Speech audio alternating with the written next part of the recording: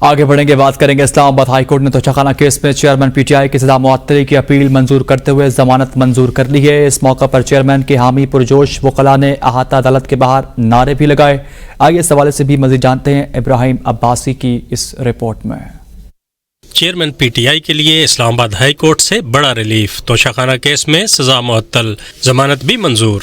اسلام آباد high court کے chief justice عامر فاروق کی سربراہی میں 2 رکنی بینچ نے توشہ خانہ کیس میں سزا کے خلاف چیئرمین پی ٹی آئی کی اپیل پر محفوظ فیصلہ سنایا۔ عدالت نے چیئرمین پی ٹی آئی کی درخواست منظور کرتے ہوئے سزا معطل کر دی۔ اسلام آباد ہائی کورٹ نے 9 صفحات پر مشتمل فیصلے میں لکھا کہ ٹرائل کورٹ نے الیکشن ایکٹ کے تحت الیکشن کمیشن کی کمپلینٹ پر سزا کا فیصلہ سنایا۔ مزید کہا کہ سپریم کورٹ کا فیصلہ ہے کہ ضروری نہیں کہ ہر کیس میں سزا معطل ہو، ضمانت دینا یا انکار کرنا ہائی کورٹ کی ثوابدید ہے۔ عدالت سمجھتی ہے کہ درخواست گزار سزا معطلی اور ضمانت پر رہائی کا حقدار ہے۔ عدالت نے سزا معطلی کی درخواست منظور کر کے 5 اگست کو دیا گیا ٹرائل کورٹ کا فیصلہ معطل کر دیا۔ درخواست گزار کو ضمانت پر رہائی کے احکامات دیے۔ عدالت نے 1 لاکھ روپے کے مچلکے کے عوض چیئرمین پی ٹی آئی کی ضمانت منظور کر لی۔ فیصلہ سے قبل چیئرمین پی ٹی آئی کی جانب سے عدالت کو درخواست دی گئی جس میں چیئرمین پی ٹی آئی کی کسی بھی اور کیس میں گرفتاری روکنے کی استدعا کی گئی۔